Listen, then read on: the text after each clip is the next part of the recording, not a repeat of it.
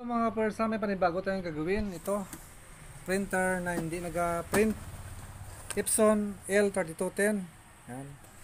Pero bago ang lahat, ang video na ito ay hatid sa inyo ni Keijan Kando Kinko from Double Resort. Okay? Thank you for support and watching. Thank you.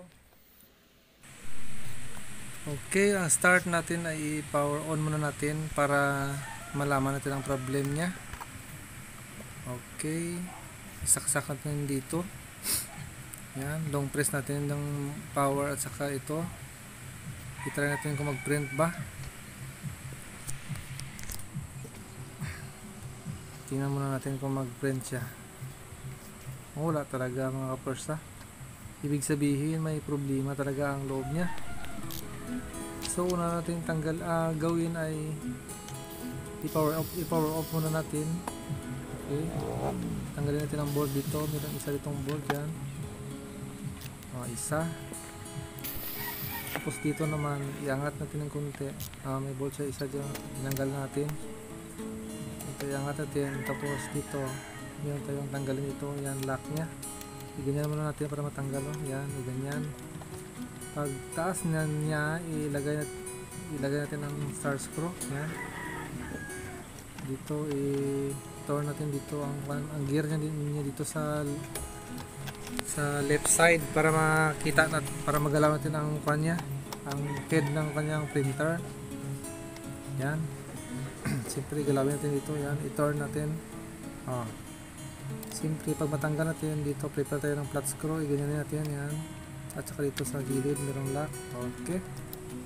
Ang next step natin ito, tanggalin natin ito. Yan, ang black na color. Merong empty sa loob. Hindi siya tulak. Empty ang kanyang kwan. So tusugin natin ng kwan. Yan, tusugin natin. Syringe. Suyupin. I-pump natin para mapuno ang kanyang tangki.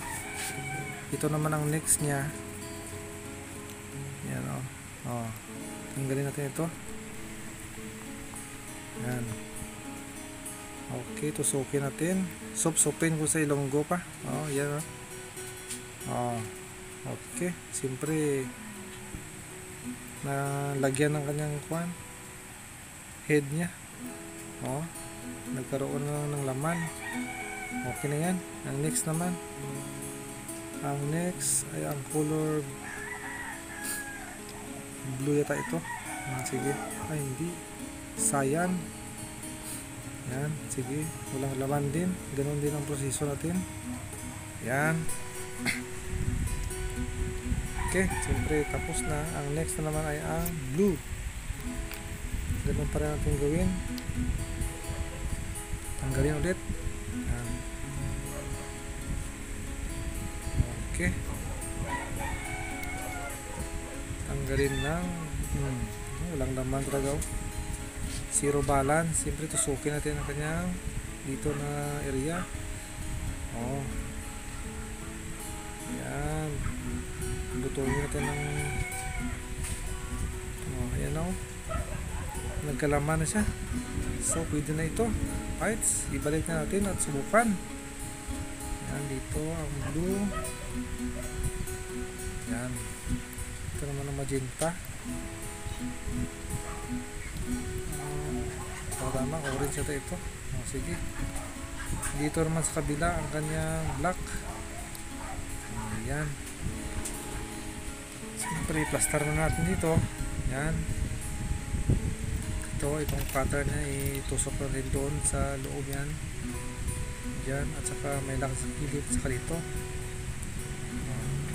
Isinta natin dyan para i-drain natin dito ang drain nyo. Yan.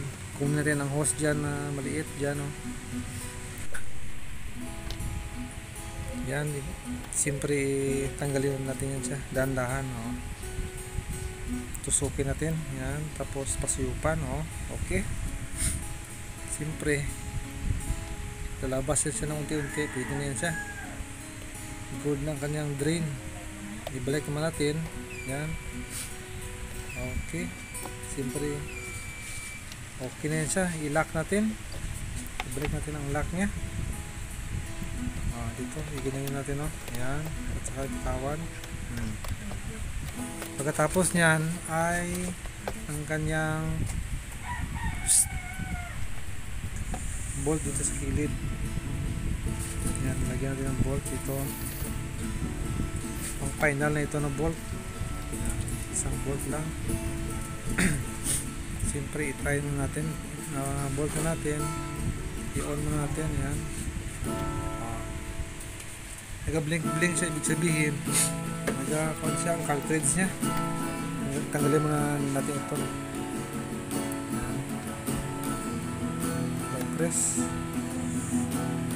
Okay. Ayan. Maghintay lang tayo muna matapos ang blink nya. Kung wala nang blink, pwede natin mag-print. Ayan na. Okay, kompleto ng kanyang print. Thank you for watching.